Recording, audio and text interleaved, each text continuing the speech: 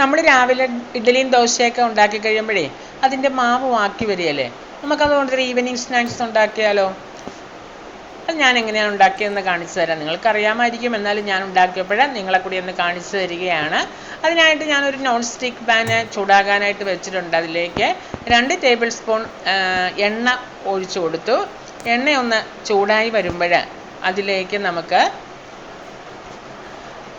ഞാൻ ആദ്യം ഇടുന്നത് ഒരു സവോള ചെറുതായിട്ടരിഞ്ഞ് അത് ഇട്ട് കൊടുക്കാം. സവോളയൊന്ന് നമുക്കൊന്ന് ഇളക്കി ഒന്ന് മൂപ്പിച്ചെടുക്കണം. അതോടൊപ്പം തന്നെ നമ്മൾക്ക് അതിലേക്ക് 1-2 ചേരുവകളും കൂടിയൊക്കെ ഇട്ട് കൊടുക്കണം. ആദ്യം നമുക്ക് അതിലേക്ക് സവോളയുടെ കൂട്ടത്തിലേക്ക് ഒരു തണ്ട് കറിവേപ്പില ഞാൻ ചെറുതായിട്ട് അരിഞ്ഞിട്ട് കൊടുക്കുകയാണ്. ചെറുതായിട്ട് അരിഞ്ഞിട്ട് കൊടുക്കുന്നതായിരിക്കും നല്ലത്, അല്ലെങ്കിൽ അത് വലുതായിട്ട് കിടക്കത്തില്ലേ. അപ്പം ഞാനത് ചെറുതായിട്ട് അതിലേക്ക് അരിഞ്ഞിട്ട് കൊടുത്തു. ഞാൻ ഇളക്കിയതിന് ശേഷം അതിലേക്ക് ഞാൻ ഒരു 1/4 ടീസ്പൂണോളം ഉപ്പിട്ട് കൊടുത്തു. ഉപ്പ് നമ്മൾ ഓൾറെഡി നമ്മളുടെ മാവിലുണ്ട്, അതുകൊണ്ട് മസാലയ്ക്ക് വേണ്ടിയിട്ട് മാത്രം ഒരു 1/4 ടീസ്പൂണോളം ഉപ്പിട്ട് കൊടുത്തു. എന്നിട്ട് നമ്മൾക്ക് ഒന്ന് ഇളക്കി യോജിപ്പിച്ച് കൊടുക്കാം. നമ്മളുടെ സവോളയൊക്കെ മൂത്ത് വന്നിട്ടുണ്ട്, ഏകദേശം കുറച്ച് മൂത്തിട്ടുണ്ട്. ഞാനതിലേക്ക് ഒരു 1/2 ടീസ്പൂണോളം ഇഞ്ചി വെളുത്തുള്ളി പേസ്റ്റ് ഇട്ട് കൊടുത്ത്, അതോടൊപ്പം തന്നെ അതിലേക്ക് ഞാൻ 1 ടീസ്പൂണോളം ചില്ലി ഫ്ലെക്സും കൂടി ഇട്ട് കൊടുത്തു.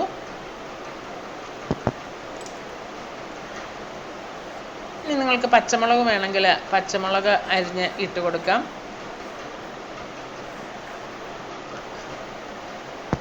എരിവിന് ആവശ്യമായിട്ടുള്ള പച്ചമുളക് നിങ്ങൾക്ക് ഇട്ട് കൊടുക്കാം. ഞാനിപ്പോൾ പച്ചമുളക് ഇടുന്നില്ല. ഞാൻ സവോളയൊക്കെ മൂത്ത് വന്നിട്ടുണ്ട്. ഞാൻ അതിലേക്ക് 1/2 ടീസ്പൂണോളം മഞ്ഞൾപ്പൊടി, അതോടൊപ്പം തന്നെ 1/2 സ്പൂണോളം കുരുമുളക് പൊടി, 1/2 ടീസ്പൂണോളം മല്ലിപ്പൊടി ഇത്രയും ഇട്ട് കൊടുത്തു. ഇനി നമുക്കൊന്ന് ഇളക്കി യോജിപ്പിച്ചതിൻ്റെ പച്ചമണമൊക്കെ മാറുമ്പോൾ അതിലേക്ക് ഞാൻ ഇട്ട് കൊടുക്കുന്നത് ഒരു ക്യാരറ്റ് ഗ്രേറ്റ് ചെയ്തതാണ് ഇട്ട് കൊടുക്കുന്നത്. അതും കൂടി ഇട്ട് കൊടുത്ത് നമുക്ക് ഒന്ന് ഇളക്കി ഒന്ന് യോജിപ്പിച്ച് കൊടുക്കാം. അതോടൊപ്പം തന്നെ അതിലേക്ക് ഞാനൊരു 1/2 കപ്പ് തേങ്ങ ചുരുണ്ടിയതും കൂടി ഇട്ട് കൊടുത്തു. ഇനി അതെല്ലാം കൂടി ഒന്ന് ഇളക്കി യോജിപ്പിച്ച് കൊടുക്കാം.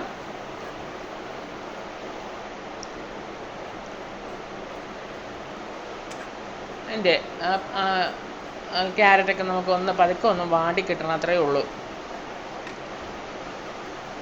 അവസാനം ഞാൻ അതിലേക്ക് കുറച്ച് ഗരം മസാലയും കൂടി ഇട്ട് കൊടുത്തു. ഇനി അതെല്ലാം കൂടി ഒന്ന് ഇളക്കി യോജിപ്പിച്ച് കൊടുക്കുക. ഇപ്പം നമ്മളുടെ ക്യാരറ്റൊക്കെ ഒന്ന് വാടി വന്നിട്ടുണ്ട്, ഇത്രയും മതി. ഇനി നമുക്ക് ഗ്യാസ് ഓഫ് ചെയ്ത് അതൊന്ന് തണുക്കാനായിട്ട് വയ്ക്കാം. ഇപ്പം നമ്മളുടെ മസാലയൊക്കെ തണുത്തിട്ടുണ്ട്. നമ്മളുടെ ദോശമാവ് ഞാൻ രാവിലെ ഇഡ്ഡലിയും ദോശയൊക്കെ ഉണ്ടാക്കി കഴിഞ്ഞിട്ട് അത്രയും മാവ് ബാക്കി വന്നു. അത് നമുക്ക് പ്രയോജനപ്പെടുത്തണമല്ലോ, അതുകൊണ്ട് തന്നെ ഞാൻ വൈകുന്നേരം ഒരു സ്നാക്സ് ഉണ്ടാക്കാമെന്ന് വിചാരിച്ചു. നമ്മുടെ മസാലയൊക്കെ തണുത്തിട്ടുണ്ട്. ഞാൻ അതിലേക്ക് ആ മസാല ഇട്ട് കൊടുക്കുകയാണ്.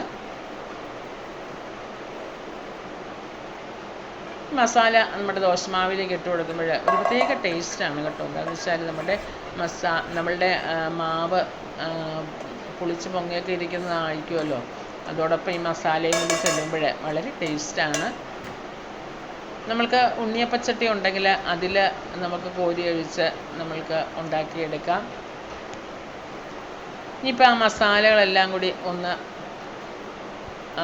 മാവിൽ ഒന്ന് ഇളക്കി യോജിപ്പിച്ച് കൊടുക്കാം. ഈ ഒരു രീതിയിൽ ഉപ്പ് നോക്കിയിട്ട് ഉപ്പ് ആവശ്യമുണ്ടെങ്കിൽ ഉപ്പിടുക. ഇനി അതിലേക്ക് ഞാൻ ഒരു പിടി മല്ലിയിലയും കൂടി ചെറുതായിട്ട് അരിഞ്ഞ് അതും കൂടി ഇട്ട് കൊടുത്തു.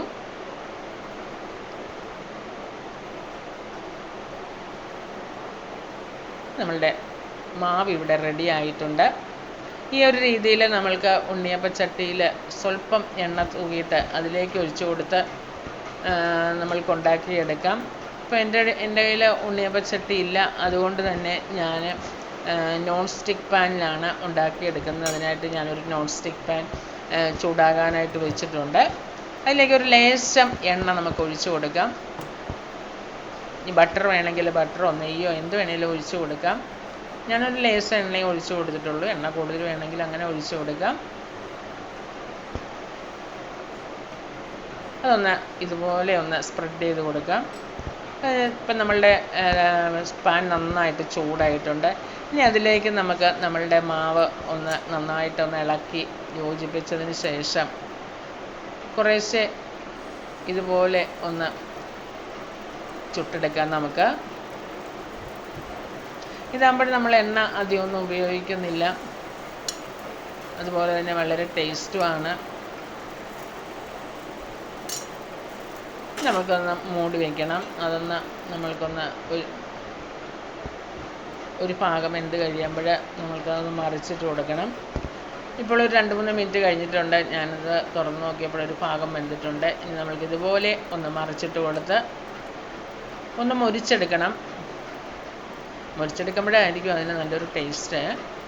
അല്ലെങ്കിൽ തന്നെ ടേസ്റ്റ് ഉണ്ട്, എന്നാലും കുട്ടികൾക്കൊക്കെ കൊടുക്കുമ്പോഴൊന്ന് മൊരിച്ച് കൊടുക്കണം. ഇനി അതിൻ്റെ മുകളിൽ നിങ്ങൾക്ക് വേണമെങ്കിൽ നെയ്യൊക്കെ ഒന്ന് തൂത്ത് കൊടുക്കാം. ഞാനിപ്പോൾ അതൊന്നും ചെയ്യുന്നില്ല. ഇനി അത് തിരിച്ച് മറിച്ചൊക്കെ ഇട്ടൊന്ന് മൊരിച്ച് നമ്മൾക്കെടുക്കാം. ഇപ്പോൾ അത് നന്നായിട്ട് മൊരിഞ്ഞ് വന്നിട്ടുണ്ട്. ഞാൻ ഇത്രയും മൊരിക്കുന്നുള്ളൂ. ഞാനിപ്പോൾ ഒരു പാത്രത്തിലേക്ക് മാറ്റുകയാണ്. കണ്ടോ, ഈ ഒരു രീതിയിൽ. ഇത്രയേ ഉള്ളൂ. വളരെ സിമ്പിളാണ്.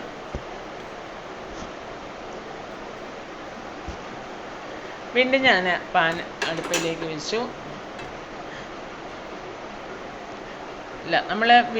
വീണ്ടും ഞാൻ ആ പാൻ നമ്മുടെ ചൂടായിട്ട് നമ്മളുടെ ഗ്യാസ് സ്റ്റവിലുണ്ട്. വീണ്ടും ഞാൻ അതിലേക്ക് കുറച്ച് എണ്ണയും കൂടി ഇതുപോലെ തൂവി കൊടുത്തു. വീണ്ടും ഞാൻ അതുപോലെ തന്നെ ഉണ്ടാക്കിയെടുക്കുകയാണ്.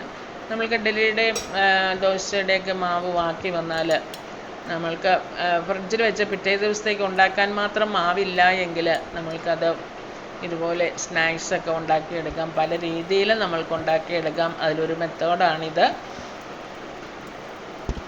വളരെ പെട്ടെന്ന് നമ്മൾക്ക് ഉണ്ടാക്കിയെടുക്കാൻ പറ്റും. അതിനകത്ത് വെജിറ്റബിളൊക്കെ ഉള്ളത് കാരണം കുട്ടികൾക്കൊക്കെ ഒന്ന് മൊരിച്ച എണ്ണയും നെയ്യും ഒക്കെ ചേർത്ത് ഒന്ന് മൊരിച്ചൊക്കെ കൊടുക്കുമ്പോഴേ അവർക്ക് ഇഷ്ടപ്പെട്ടുള്ളൂ, അവർ കഴിച്ചോളും. ഞാൻ വീണ്ടും ഒന്ന് മൂടി വെച്ച് അത് ഒരു ഭാഗം എന്ത് കഴിയുമ്പോൾ തിരിച്ചും മറിച്ചൊക്കെ ഇട്ട് ഒന്ന് മൊരിച്ചെടുക്കുകയാണ്. ഈ പ്രാവശ്യം ഞാൻ ഒന്നുകൂടി നന്നായിട്ട് മൊരിച്ചിട്ടുണ്ട്. ഈ കുറച്ച് ഇത്രയും മൊരിയുന്ന ഇഷ്ടമില്ലാത്തവർക്ക് അതും കഴിക്കാം. ഇങ്ങനെ നന്നായിട്ട് മൊരിഞ്ഞ് കഴിക്കാൻ ഇഷ്ടമുള്ളവർക്ക് അങ്ങനെ കഴിക്കാം. എന്തായാലും ഞാൻ നന്നായിട്ട് മൊരിച്ചെടുത്തിട്ടുണ്ട്. കണ്ടോ, ഈ ഒരു രീതിയിൽ നല്ല ടേസ്റ്റാണ് കേട്ടോ. ഒന്ന് കഴിച്ച് നോക്കണം. നല്ല നമ്മളുടെ ആ ദോശമാവിൻ്റെ ആ പുളിപ്പും അതുപോലെ നമ്മുടെ വെജിറ്റബിളിൻ്റെ ടേസ്റ്റും എല്ലാം കൂടി നല്ല ടേസ്റ്റാണ്. നിങ്ങളൊരു പ്രാവശ്യം മാവ് ബാക്കി വരുമ്പോൾ ഇതുപോലെ ഒന്ന് ഉണ്ടാക്കി നോക്കണം. അങ്ങനെ ഞാൻ എല്ലാം അതുപോലെ ആ രീതിയിൽ ഉണ്ടാക്കിയെടുത്തു. കണ്ടോ, മൊരിയാത്തതും ഉണ്ട്, മൊരിഞ്ഞതും ഉണ്ട്, എല്ലാം ഉണ്ട്. നിങ്ങൾക്ക് ഇഷ്ടപ്പെട്ടോ? ഇഷ്ടപ്പെട്ടെങ്കിൽ ലൈക്ക് ചെയ്ത് ഷെയർ ചെയ്ത് സബ്സ്ക്രൈബ് ചെയ്യുക. ഇതുപോലെ ഉണ്ടാക്കി നോക്കുക.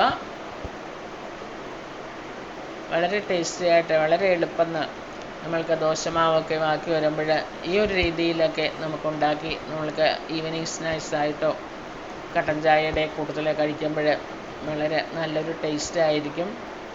കുട്ടികൾക്കൊക്കെ ഒത്തിരി ഇഷ്ടപ്പെട്ടോളും. കുറച്ച് നെയ്യൊക്കെ അതിൻ്റെ മുകളിലൊക്കെ തൂകി ഒക്കെ അവർക്ക് കൊടുക്കുമ്പോൾ അവർ കഴിച്ചോളും. ഓക്കേ.